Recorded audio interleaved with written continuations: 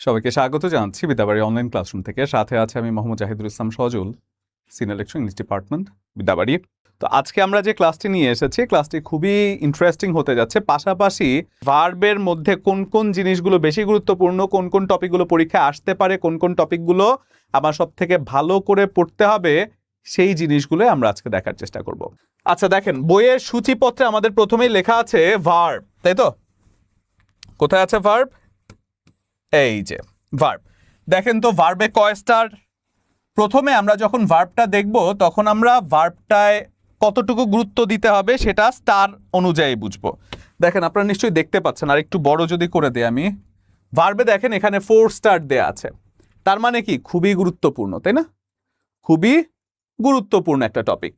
তার মানে এই ভার্ব থেকে আমাদের ভালো করে A to Z জেনে যেতে হবে, এবং ভার্বের মধ্যেও কোন কোন জায়গায় বেশি গুরুত্ব দিতে হবে সেগুলো লেখা আছে। এখন আমরা যদি ভার্বের পেজ নাম্বারটা বলি, সেই পেজ নাম্বার কত? 56। তাহলে চলে যায় 56 নাম্বার পেজে। তাহলে ভার্ব সম্পর্কে যদি আমরা একটু জানতে চাই, দেখেন একেবারে প্রথমেই বলা হচ্ছে যে নিঃসন্দেহে ভার্ব যে কোনো নিয়োগ পরীক্ষা অত্যন্ত গুরুত্বপূর্ণ একটি অধ্যায়। BCS, primary, NTRC, bank job সহ সকল জায়গায় ভার্বের রুলস বা নিয়ম থেকে 1 থেকে 3টি করে প্রশ্ন আসে। এই অধ্যায় পুরোপুরি পড়ুন। তাহলে দেখেন এখানে ভার্বের টোটাল ডিটেইল জায়গাটা আছে, এবং এখানে স্টার মার্কও দেয়া আছে যে কোন ভার্বটি বেশি গুরুত্বপূর্ণ। যেগুলো আমি ক্লাসে বলে থাকি এটা কিন্তু অলরেডি বইয়ের মধ্যেই আছে। দেখেন এই যে এখানে নন ফাইনাইট ভার্ব, ক্লাস যারা করেছেন তারা জানেনই যে সাধারণত প্রশ্ন আসলে নন ফাইনাইট ভার্ব থেকে আসে। ভার্বের ভেতরেও যে নন ফাইনাইট ভার্বটা বেশি গুরুত্বপূর্ণ এটা কিন্তু মেনশন করা আছে এখানে। তো সেজন্য আমরা ভার্ব যেহেতু পড়ার কথা, ভার্বের A to Z এ একটু চলে যাই। ভার্ব সম্পর্কে আমরা কতটুকু কি জানতে পারি সেই জিনিসটা একটু আমরা দেখার চেষ্টা করি। আসেন একেবারে প্রথমেই যদি আমরা যাই, হোয়াট ইজ ভার্ব? ভার্ব ব্যাপারটি কি আসলে? ভার্ব ভার্ব কি? এখন আমাদের যদি প্রশ্ন করা হয়, একেবারে প্রথমে যদি বলা হয় যে ভার্ব ব্যাপারটি কি, তাহলে স্টুডেন্টরা সবার আগে ভার্ব সম্পর্কে যেটি বলে নেন সেটি হচ্ছে কি, স্যার কোনো কিছু করা, থাকা বা হওয়াকেই ভার্ব বলে, তাই তো? এখন কোনো কিছু করা, থাকা বা হওয়াকেই যেহেতু ভার্ব বলছে, বেসিকলি আদৌ এই কথাটা কি ইম্পর্টেন্ট বা এটা কি পরীক্ষায় আসার মতো কোনো কিছু? মোটেও না। কারণ একটি ভার্বের ডেপথ সম্পর্কে আগে আমাদের জানতে হবে। ভার্বটা কি সেটা যদি বুঝতে চাই, ভার্বের ডেপথ সম্পর্কে আমাদের যেতে হবে, এবং সেই ভার্বের ডেপথে গিয়ে একটা একটা করে ভার্ব ধরে আমাদের কাজ করতে হবে, যাতে করে আমরা স্পেসিফিকভাবে বুঝতে পারি যে how does a verb functions. For example, আমি যদি দুটো কথা বলি যে শি হ্যাজ আ বেবি, এরপরে যদি আমি বলি যে মাদার অফ আ বেবি বয়, আমি যদি আপনাদেরকে জিজ্ঞাসা করি এখানে কয়টি সেন্টেন্স আছে, তাহলে আপনারা কি বলবেন? নিশ্চয়ই দুটো সেন্টেন্সের কথা আপনারা বলবেন যে স্যার এখানে দুটো সেন্টেন্স আছে। হ্যাঁ, ঠিক আছে। কারণ আমরা সেন্টেন্সের সংজ্ঞায় যা শুনেছি বা শিখেছি সেটা হচ্ছে পাশাপাশি কয়েকটি শব্দ বসে মনের সম্পূর্ণ ভাবটি প্রকাশ করলে সেটিকে সেন্টেন্স বলে। কিন্তু আদৌ কি এখানে দুটো সেন্টেন্স আছে? না, এখানে সেন্টেন্স একটা, কারণ ভার্ব একটি আছে এখানে, তাই তো? অ্যাবসলিউটলি একটি সেন্টেন্স হতে গেলে সেখানে একটি ভার্ব অবশ্যই থাকতে হবে। তার মানে শি হ্যাজ আ বেবি, এখানে 3-4টা শব্দ থাকলেও যদিও শব্দগুলো অন্য সেন্টেন্সের থেকে, মানে এই জায়গার থেকে কম শব্দ আছে, but still it is a sentence because there is a verb. একটি সেন্টেন্স হতে গেলে অবশ্যই সেখানে একটি কি থাকতে হবে? ভার্ব থাকতে হবে। এখন ভার্বের জায়গায় যদি আমরা বলি যে ভার্বের ডেপথ কতটুকু, তার মানে এতটুকু বুঝলাম যে একটি সেন্টেন্সের মেইন ফাংশন হচ্ছে কি সেখানে একটি ভার্ব থাকতে হবে। এখন ভার্বের ডেপথ সম্পর্কে যদি যাই, যে ভার্বটি আসলে কতটুকু বিস্তৃত, ওই যে বইয়ের মধ্যে দেখলেন যে ছড়ানো ছেটানো যে একটা ক্লাসিফিকেশন দেয়া আছে, সেটি যদি আমরা আমাদের নিজেদের মতো করে একটু লিখি, দেখেন ভার্বের ইলাবোরেশনে আমি প্রথমেই বলতে পারি কি, ফাইনাইট ভার্ব। ফাইনাইট ভার্ব, এবং অপর অংশে আমি বলতে পারি নন ফাইনাইট ভার্ব, তাই তো?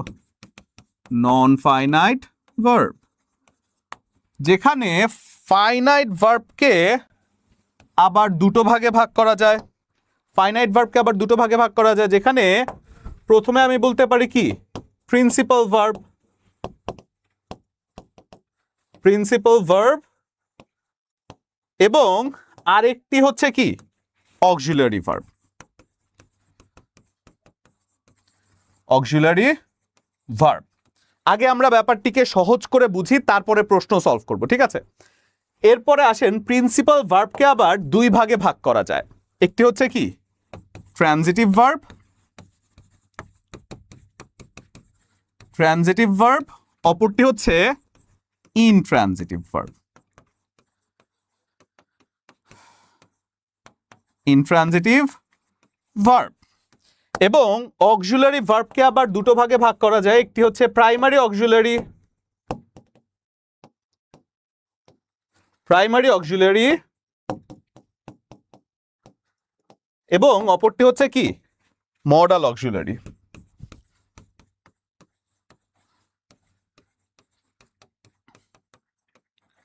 আচ্ছা, এই হচ্ছে ফাইনাইট ভার্বের ডেপথ যতটুকু আমাদের জানা প্রয়োজন, তাই তো? ফাইনাইট ভার্ব এতটুকু পর্যন্ত বিস্তৃত। এবার যদি আমরা যাই নন ফাইনাইট ভার্বে, নন ফাইনাইট ভার্ব থেকে সাধারণত বেশি প্রশ্ন আসে, যেখানে নন ফাইনাইট ভার্বকে আমরা তিনটি ভাগে ভাগ করতে পারি। একটি হচ্ছে ইনফিনিটিভ, একটি হচ্ছে জিরান্ড, এবং অপরটি হচ্ছে কি পার্টিসিপল। ইনফিনিটিভ, জিরান্ড এবং পার্টিসিপল। সাধারণত এই জায়গা থেকেই বেশি প্রশ্ন আসে, এবং ফাইনাইট ভার্বের ট্রানজিটিভ এবং ইনট্রানজিটিভ ভার্ব থেকে সাধারণত বেশি প্রশ্ন আসতে দেখা যায়। এখন যদি আমরা খেয়াল করে দেখি যে প্রথমত ফাইনাইট এবং নন ফাইনাইট ভার্ব আমরা কিভাবে চিনতে পারি, যে এটা ফাইনাইট ভার্ব ওইটা নন ফাইনাইট ভার্ব, কিভাবে চিনতে পারি? বেসিক্যালি ফাইনাইট ভার্বটার রূপের পরিবর্তন করা যায়। নাম্বার, পার্সন অথবা টেন্স ভেদে ফাইনাইট ভার্ব তার রূপের পরিবর্তন করতে পারে। যেমন আমি যদি বলি গো, এই কথাটি আমি রূপের পরিবর্তন করার ক্ষেত্রে থার্ড পার্সন সিঙ্গুলার নাম্বারের সাথে আমি কি বলতে পারি? গোজ বলতে পারি। আমি পাস্ট টেন্সে কি বলতে পারি? এটাকে ওয়েন্ট বলতে পারি। পাস্ট পার্টিসিপল ফর্মে আমি কি বলতে পারি? গন বলতে পারি। তাহলে এটা হচ্ছে ফাইনাইট ভার্ব, রূপের পরিবর্তন করা যাচ্ছে। যাদের রূপের পরিবর্তনটা আপনি নাম্বার, পার্সন অথবা টেন্স অনুযায়ী করতে পারেন, তারাই হয়ে যাচ্ছে ফাইনাইট ভার্ব। কিন্তু নন ফাইনাইট ভার্ব কারা? যাদের রূপের পরিবর্তন করা যাচ্ছে না। যেমন আমি যদি বলি for example walking, walking is a good habit. এখানে ওয়াকিংটার নিচে আন্ডারলাইন করা আছে। ওয়াকিংটাকে কি পরিবর্তন করা যায়? ওয়াকিংটার কিন্তু রূপের পরিবর্তন করার জন্য, ওয়াকিংটা কখনো ওয়াকিংস হয় না, বা ওয়াকিং এরকম কিছু তো হয় না। Definitely that is non finite verb, যার রূপের পরিবর্তন করা যায় না। তাহলে যদি আমরা যাই যে নন ফাইনাইট ভার্বের রূপের পরিবর্তন করা যায় না, ফাইনাইট ভার্বের রূপের পরিবর্তন করা যায়। এবং এই যে জায়গাগুলো আমি বলছি, এই জায়গাগুলো কোথায় আছে? বইয়ের ভেতরেই আছে। একেবারে সহজ ভাষায় লেখা আছে যে ফাইনাইট ভার্বের রূপের পরিবর্তন করা যায়, নন ফাইনাইট ভার্বের রূপের পরিবর্তন করা যায় না। এবার আসেন ফাইনাইট ভার্বের মধ্যে প্রিন্সিপাল ভার্ব, যেটায় গুরুত্ব দিতে হবে আমাদের, সেই জিনিসটা একটু খেয়াল করে দেখি। ফাইনাইট ভার্বের মধ্যে প্রিন্সিপাল ভার্ব যেখান থেকে সাধারণত বেশি প্রশ্ন এসে থাকে, principal verb. What is a principal verb? Which one will be a principal verb? আসেন প্রিন্সিপাল ভার্বে যাই। প্রিন্সিপাল ভার্ব, প্রিন্সিপাল ভার্ব যে প্রধান ক্রিয়া, এটা নিয়ে আমাদের কারোর কোনো সমস্যা থাকার কথা না।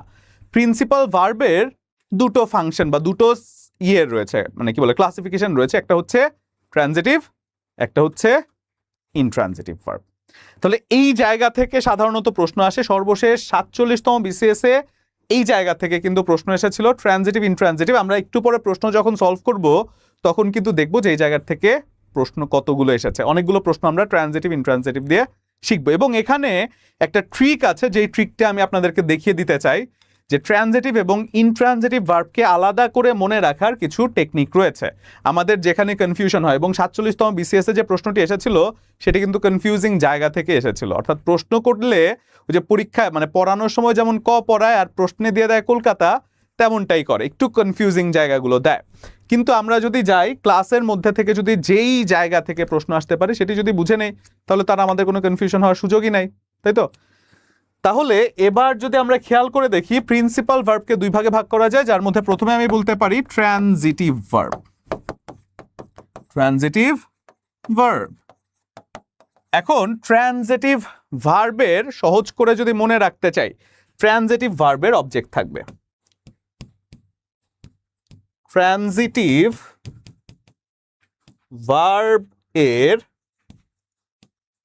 অবজেক্ট থাকবে। ট্রানজিটিভ ভার্বের অবজেক্ট থাকবে। যেমন আমি যদি বলি for example mother eats rice, mother eats rice, তাই তো? এখন অবজেক্ট থাকলে সেটা ট্রানজিটিভ ভার্ব হয়। এখানে দেখেন মাদার ইটস, এরপরে হচ্ছে রাইস, একটা অবজেক্ট আছে। যেহেতু এটার অবজেক্ট আছে সেহেতু এটা ট্রানজিটিভ ভার্ব। জি আমি ভালো আছি, অনেক কমেন্ট অলরেডি জমে গিয়েছে। এমডি মায়াস বলছেন স্যার কেমন আছেন? প্রিয় স্যার আমি ভালো আছি আলহামদুলিল্লাহ।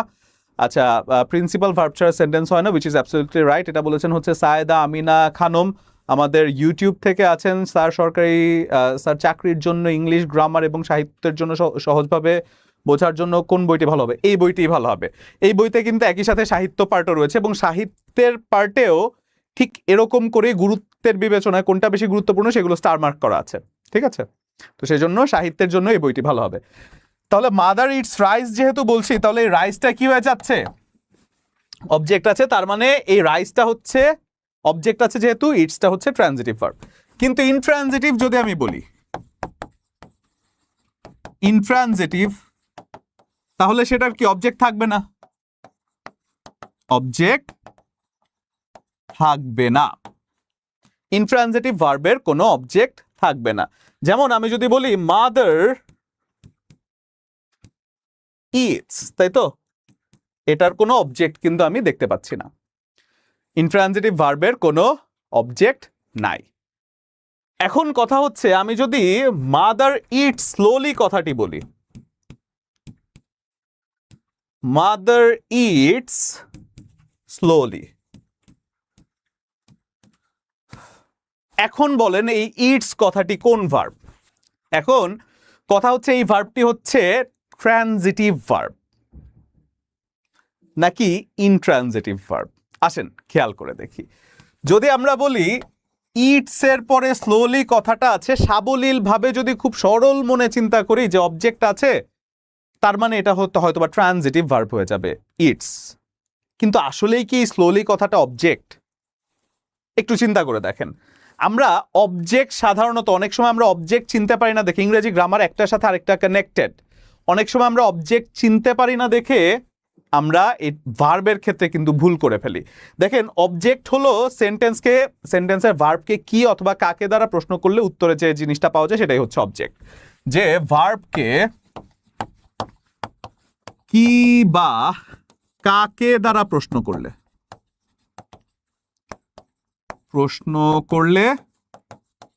অবজেক্ট পাওয়া যায়, অবজেক্ট পাওয়া যায়। এখন এই ইটস কে যদি আমি প্রশ্ন করি কি খায়, তাহলে উত্তরে কি কিছু পাওয়া যায়? পাওয়া যায় না। আমি যদি বলি কাকে খায়, তাও কি উত্তরে কিছু পাওয়া যায়? পাওয়া যায় না। তাহলে এটাকে আমি অবজেক্ট ধরতে পারবো না, কারণ এটা তো অলরেডি একটা অ্যাডভার্ব হিসেবে আছে। ইটস হচ্ছে স্লোলি, হচ্ছে ইটস কে মডিফাই করছে। কিভাবে খায়? স্লোলি খায়। তাই এটা যেহেতু কি বা কাকে দ্বারা প্রশ্ন করলে উত্তর পাওয়া যাচ্ছে না, ডেফিনেটলি এটা কি হয়ে যাবে? অবজেক্ট নাই হিসেবে কনসিডার করা হবে এবং দ্যাট ইজ ইনট্রানজিটিভ ভার্ব।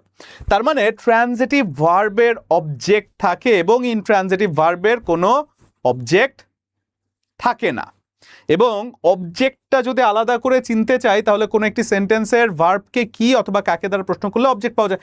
এবার আসেন আমরা যদি প্রশ্ন দেখি যে এখান থেকে প্রশ্ন আসে কিনা আদৌ, এবং সেই প্রশ্নগুলো পারি কিনা। দেখেন কতটুকু কথা বললাম, এর মাঝে কতগুলো প্রশ্ন আছে, সেই প্রশ্নগুলো আমরা পারি কিনা। আসেন তো দেখি।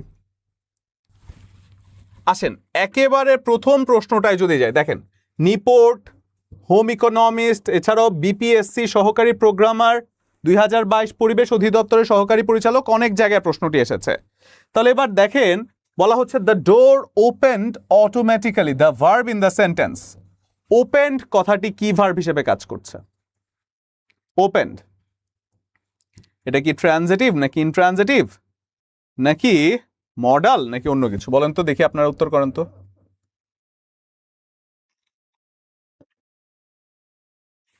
বলেন দেখি, কমেন্ট দেখি।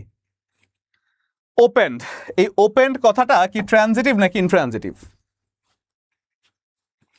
জি আমি ভালো আছি, আপনি কেমন আছেন মুক্তা দেবনাথ?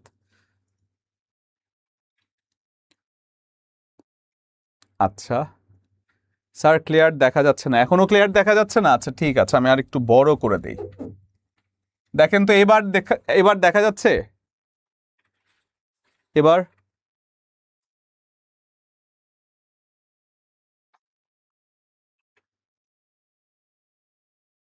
আচ্ছা, এবার আমরা কিন্তু ঠিকই বুঝতে পারছি যে এটা হচ্ছে কি একটা ইনট্রানজিটিভ ভার্ব, কারণ ওপেন্ডের পরে অটোমেটিক্যালি থাকলেও এই অটোমেটিক্যালিটা অবজেক্ট না।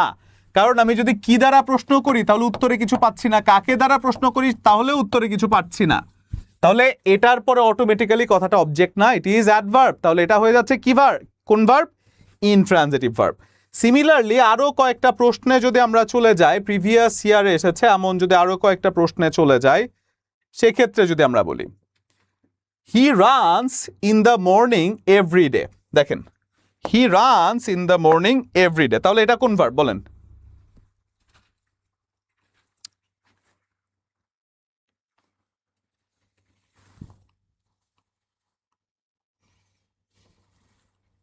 আচ্ছা, huffing and puffing we arrived at a classroom door with only 7 seconds, এখানে অ্যারাইভড কথাটি কি হিসেবে কাজ করছে বলেন? অ্যারাইভড কথাটি ডেফিনেটলি এটাও হয়ে যাচ্ছে কি ইনট্রানজিটিভ ভার্ব, যার কোনো অবজেক্ট নাই। আমরা যদি আরো ভেতরে চলে যাই,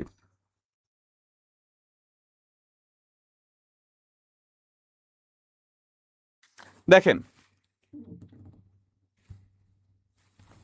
আচ্ছা এখানে আশা করছি বোঝা যাচ্ছে, someone sneezed loudly at the back of the hall, এখানে স্নিজড কথাটি কোন ভার্ব হিসেবে কাজ করছে? দেখেন অ্যান্সার করেন, কোন ভার্ব হিসেবে কাজ করছে স্নিজড কথাটি? এবার তো বোঝা যাচ্ছে আশা করছি। স্নিজড কথাটি কোন ভার্ব হিসেবে কাজ করছে? স্নিজড এর পরে লাউডলি আছে, এখন কথা হচ্ছে লাউডলিটা কি অ্যাডভার্ব নাকি অবজেক্ট? ডেফিনেটলি এটা অবজেক্ট, তাই এটা অবজেক্ট না ডেফিনেটলি, তাই এটা কি হয়ে যাবে? Intransitive verb. মেহরিমা ইসলাম ভালোই কমেন্ট করছেন, আপনার অ্যান্সার হচ্ছে। অনেকদিন পর আপনার ক্লাস করছি, thank you so much. Tasrin Ruhul বলছেন, আকলিমা বলছেন ইনট্রানজিটিভ 11 থেকে 20তম গ্রেডের কোর্সে প্রিভিয়াস প্রশ্ন আর বিশেষ প্রশ্ন সলভ করানো হয়। জি করানো হয়। আচ্ছা তাহলে এটা ইনট্রানজিটিভ ভার্ব আমরা ধরে নিতে পারছি। এরপরে যদি আমরা যাই আরো একটা প্রশ্নে, আমরা যদি যাই, আসেন।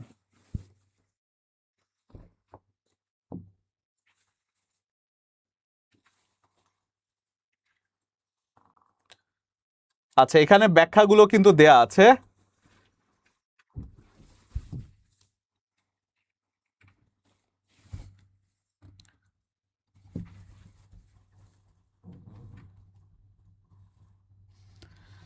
দেখেন এখানে বলা হচ্ছে ইহানা স্লিপস অনলি 4 আওয়ার্স আ নাইট। স্লিপস, এই স্লিপস কথাটি কি ভার্ব হিসেবে কাজ করছে? এখান থেকে আপনারা খুব ছোট দেখতে পাচ্ছেন হয়তো 47তম বিসিএস এর প্রশ্ন, বলেছিলাম যে 47তম বিসিএস এখান থেকে প্রশ্ন এসছে। এখন আমরা কনফিউজ হতে পারি কি স্লিপস এর পরে অনলি 4 আওয়ার্স, স্লিপস এর পরে যেহেতু আরো ভার্ব আছে আমরা দেখে কিন্তু এটাকে ট্রানজিটিভ মানে আরো কথা আছে দেখে আমরা না চিন্তা করেই কিন্তু অনেক সময় এটাকে ট্রানজিটিভ ভার্ব বলে ফেলতে পারি, কিন্তু আসলে কি এটা ট্রানজিটিভ না। এরপরের যে অবজেক্ট সেটা কিন্তু অবজেক্ট না, এটা কিন্তু কি বা কাকে প্রশ্নের উত্তরে পাওয়া যাচ্ছে না, definitely that is not an object, so এটা ট্রানজিটিভ ভার্ব হবে না, that is also an intransitive verb. গেল এটা। এবার আপনারা যদি একটা একটা করে প্রশ্ন দেখেন, আপনাদের কাছে বইটা থাকলে ভালো হতো, জাস্ট যতটুকু বলে দিয়েছি ততটুকুর মধ্যে দেখেন কতগুলো প্রশ্ন আপনি সলভ করতে পারছেন। The girl sings here, sings is an, sings কথাটি কি ভার্ব হিসেবে কাজ করছে দেখি বলেন তো? The girl sings here, sings is a, sings এর পরে তো আর কিছু নাই, এটা তো সহজ করেই বলা যায়, ডেফিনেটলি এটা হয়ে যাবে কি কোন ভার্ব বলেন? Intransitive verb. রনি বলছেন, রাশেদুল ইসলাম রনি বলছেন মেহরিমা অ্যান্সার আবারও ঠিক করেছেন। স্বপ্ন বিলাসী বলছেন হচ্ছে ইনট্রানজিটিভ, ভেরি গুড। ইমা বলছেন স্যার ইংলিশে অনেক অনেক উইক ছিলাম, বিদ্যাবাড়িতে আপনার ক্লাসের বইয়ের হেল্পে এখন আলহামদুলিল্লাহ অনেকটাই ভালো। Monira Akter, thank you so much, it means a lot to us, thank you so much. এই অবজেক্ট আছে কি অবজেক্ট নাই এই জিনিসটা আমরা অনেক সময় গুলিয়ে ফেলতাম, বাট আশা করছি আজকের পর থেকে কোনটি অবজেক্ট না সেটি আশা করছি আজকের পর থেকে আর কোনো কনফিউশন আপনাদের হবে না। এবং ঠিক এমন করেই এই বইতে গোছানোভাবে সাজানোভাবে বহু ইম্পর্টেন্ট টপিক দেওয়া আছে, যে ইম্পর্টেন্ট টপিকগুলো চাইলে আমরা বই থেকে কিন্তু পড়তে পারি। স্যার সরকারি চাকরিগুলো সহায়ক হিসেবে কোন বইগুলো আমি পড়বো? আচ্ছা, ইংরেজির ক্ষেত্রে ক্লাসরুম ইংলিশ গ্রামারটি আপনি পড়তে পারেন। এখন যারা এই বইটি নেবেন বা নিতে চাইছেন তারা আসলে কিভাবে নেবেন বা কিভাবে এই বইটি অর্ডার করবেন সেক্ষেত্রে যদি আপনাদেরকে একটু গাইডলাইন আমরা দিয়ে দেই, সেক্ষেত্রে আপনারা যারা এই বইটি নিতে চাচ্ছেন বা অর্ডার করতে চাচ্ছেন তারা ডেফিনেটলি আপনারা এই যে আমাদের হটলাইন নাম্বার আছে বিদ্যাবাড়ি, সেই হটলাইন নাম্বারে যোগাযোগ করতে পারেন। এছাড়াও যদি আপনারা চান boibaari.com থেকে www.boibaari.com এখান থেকে চাইলে কিন্তু আপনারা বইটি অর্ডার করতে পারেন।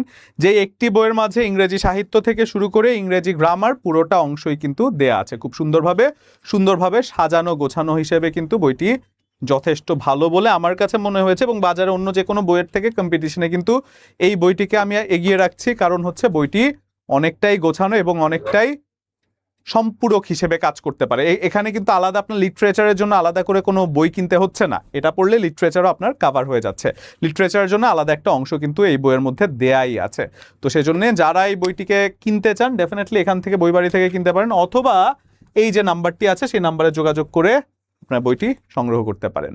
আজকে যেহেতু অনেকদিন পরে আসছি, সবার জন্য শুভকামনা এবং সবাই ভালো করে প্রিপারেশন নেন, এবং যতদিন পর্যন্ত না আল্লাহ একটা রিজিকের ব্যবস্থা করে দিচ্ছে, হালাল একটা রিজিকের ব্যবস্থা করে দিচ্ছে, সরকারি একটা চাকরির যতদিন পর্যন্ত না পাচ্ছেন ততদিন পর্যন্ত এই যে যুদ্ধ আছে পড়ালেখার যে যুদ্ধ, সেই যুদ্ধ চালিয়ে যান, সেই প্রত্যাশা রেখে আজকের ক্লাসটি শেষ করছি। সবাই ভালো থাকবেন, সুস্থ থাকবেন, সবাইকে ধন্যবাদ জানিয়ে এবং এতক্ষণ যারা সাথে ছিলেন তাদেরকে ধন্যবাদ জানিয়ে আজকের ক্লাসটি এখানেই শেষ করছি এবং বিদায় নিচ্ছি। আমি জাহিদুল ইসলাম সজল, ধন্যবাদ সবাইকে, আসসালামু আলাইকুম।